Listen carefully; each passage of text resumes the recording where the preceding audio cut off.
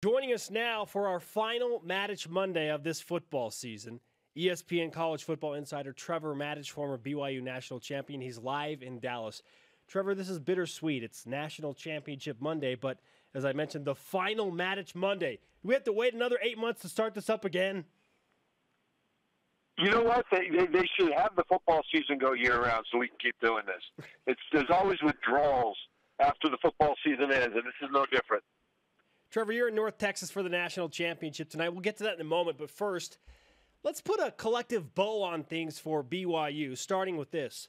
What is the lasting image that you'll remember from the 2014 BYU football season? Taysom Hill lying on the ground.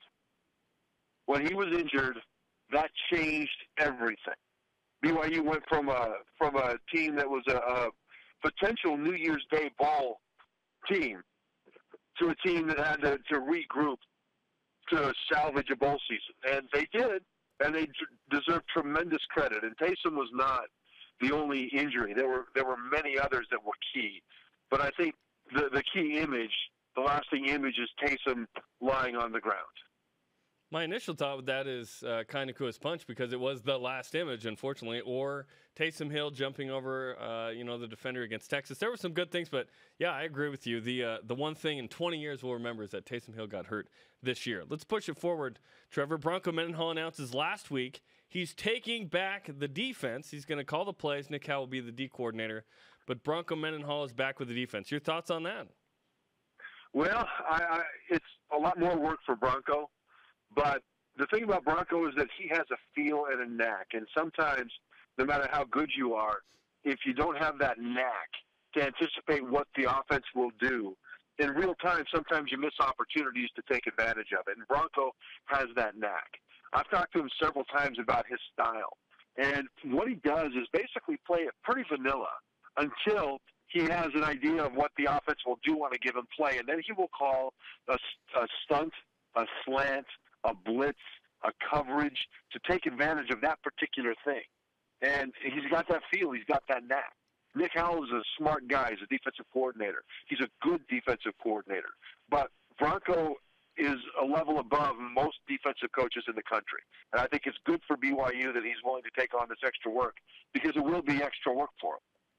Trevor Matich of ESPN with us, joining us live from Dallas on National Championship Night. Trevor, BYU in its independent state is becoming more and more of a polarizing subject. You're either for it or you're against it. Not many people in the middle. They just scheduled LSU to open the season in Houston in 2017. Where do you stand with BYU scheduling that game and their status of independence?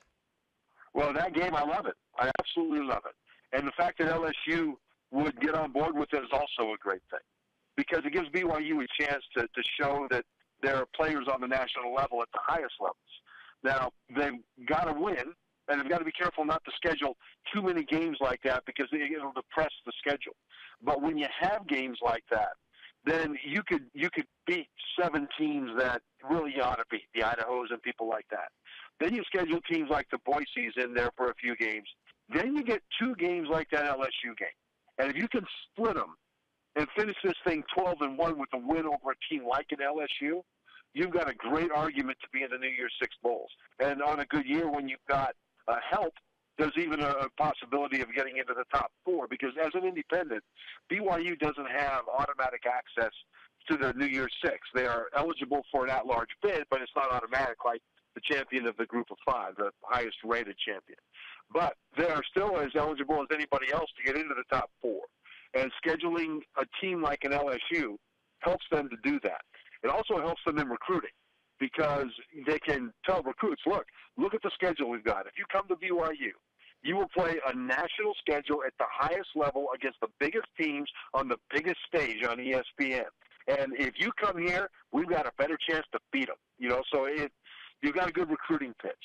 As far as the independent goes, I think it would be better for BYU ultimately to be in a Power 5 conference. But it doesn't make sense to jump into a Group of 5 conference just so they might have an automatic bid possibly in a given year to a New Year's Six Bowl. I think they're better off waiting to see what materializes in the Big 12 and the other Power 5 conferences before they make a commitment elsewhere. Because the truth of it is, if BYU wanted to join a Group of 5 conference, they would easily find one that would take them. It would be a piece of cake. The hard part is to have patience to see what materializes in the Power 5. Let's talk about the college football playoff now. All indications, Trevor, are that this has been a smashing success. Is there a single negative about the college football playoff? You know, not a single one. And smashing success is a great way to put it.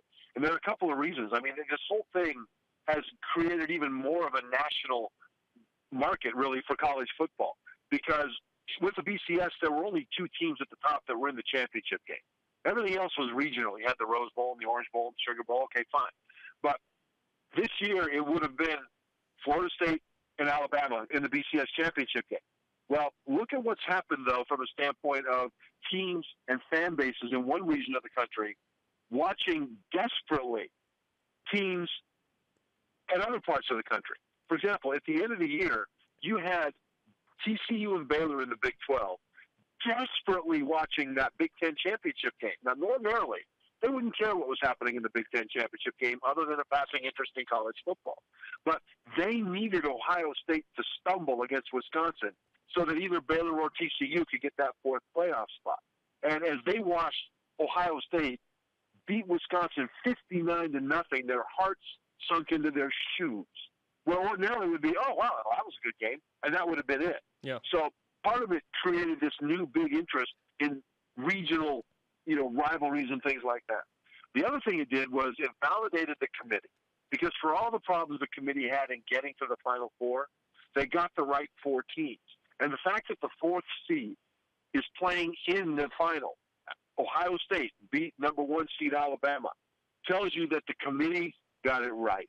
And so this whole thing is about as dead solid perfect as you can imagine a first year being in this playoff. Trevor Matich of ESPN with us on BYU Sports Nation for another Matich Monday. Trevor, what is the atmosphere like in North Texas surrounding this national championship game? There's buzz.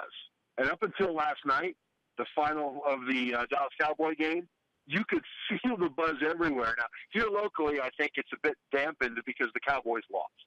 But overall, the feeling down here is more than it normally is for a normal BCS championship game. And for the last 6-7 years or so, I've worked for ESPN Radio on the field at the BCS championship game doing pregame, halftime, and postgame. I'll be doing it again and this year. And so far, the feeling at this time before the game starts is much more anticipation, because college football fans for years have been clamoring for this playoff. Finally, they got it, and they take ownership in it. They're partly responsible, maybe even largely responsible, for the fact that we have this playoff. And so because of that, I think that there's such amazing, tremendous interest in it. It feels a lot more like a Super Bowl than a college football championship. Oregon and Ohio State. Who wins and why? Boy, this is a tough one. This is a really tough one. Because ordinarily, Ohio State is better at every position but quarterback. But at quarterback, an interesting thing is going on. Cardale Jones, the Ohio State quarterback, is the 3rd man in because they had 2 other guys, Heisman candidates, injured. And unexpectedly, everything he touched turned to gold as he led his team to victories over Wisconsin and Alabama in the semifinal of the playoff. But I think it might be different for him in this game, because now there are 2 games of tape. Alabama only had 1 game. And what Oregon's defense will see is that there were 2 overriding principles for Cardale Jones in the game plan. The first one was use your arm, not your head. They had him throw deep passes down the sideline where he didn't have to read the coverage. You just had to hit the spot on the edge. When he threw over the middle, they were easy reads. When he didn't recognize what he saw, he threw the ball away. The other principle was, if something breaks, fix it with your feet, not your head. Instead of staying in the pocket or moving in the pocket and trying to decode what he saw in front of him when the pressure closed in, he just left. You'd see him drop, set, pause a beat, he's not sure, and he gets out of there, right? Well, that helped him to beat Wisconsin and Alabama. But I think Oregon will use that against him. They will do two things. First, they'll pressure him, and they will force him into doing one of those things that he does when he's not sure. Either throw it away, which gets them behind the chains, or run, which is a lot less dangerous than completing deep passes down the field. And so I think they'll pressure him. At the same time, I think that they will jump the wide receivers and cover them tight. Now, that'll be tough to do because they're really good at wide receiver, Ohio State is, and they're really fast. But it will force Cardale Jones to throw into tight windows very accurately against man coverage. And a lot of his deep passes that were big, long touchdowns against Alabama and Wisconsin weren't very good throws. They were throws that were maybe a little bit short, or throws that should have been outside on the boundary that were inside where they were vulnerable to be broken up or intercepted. Well, Alabama and Wisconsin didn't play the ball in the air very well. Oregon is much better at that. And they'll have the ability to maybe make him pay for not having those precision throws. Now, having said all that, that's what Oregon will try to do. Getting it done is a different issue.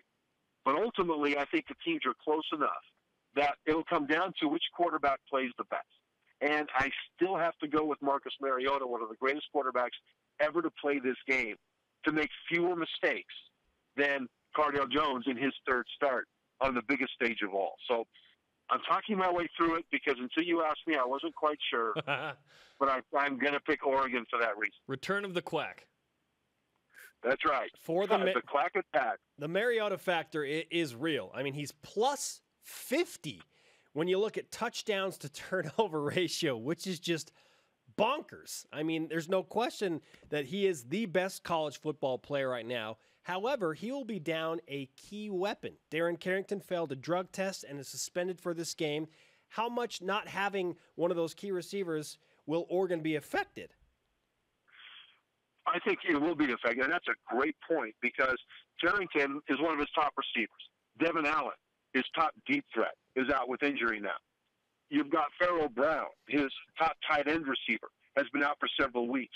3 of their top 5 receivers for the season are out for this game. And Ohio State, I think, will try to take advantage of that. Because we talk about man coverage with Oregon against Ohio State's receivers. I think Ohio State's defense will do the same. It's hard for anybody to stop Mariota, but you can stop his friends. So I expect Ohio State to man coverage on those receivers, dare them to get open against man coverage, and put everybody else up on the line to slow down Mariota running the ball and slow down that Oregon rushing attack. That's what they did against Wisconsin. They stopped Melvin Gordon, who was a Heisman finalist, stopped him cold, and Wisconsin was not able to throw the ball. Their receivers weren't very good, and their quarterback isn't very good. So they shut him out. Well, here you've got receivers that are much better than Wisconsin's, but they're depleted. And you've got a quarterback that's much better than Wisconsin, but he's not been asked to throw the ball into tight windows as much as NFL scouts would like to do. Well, Mariota will have to do that in this game because the running game, I think, will have a lot of problems running the ball against a loaded box up front with extra people up there at the line. So to me, the key to this game for Oregon is can those young receivers beat man coverage, and can Mariota throw that ball into tight windows? Well, Trevor, enjoy yourself tonight at AT&T Stadium for the national championship. And sadly, this ends Matich Mondays. We've enjoyed it, and we look forward to 8 months from now. 8 months when we chat again. I appreciate it, but you guys will have 8 months for your backs to heal up because you've been carrying me all season long. So I'm glad you'll get the rest.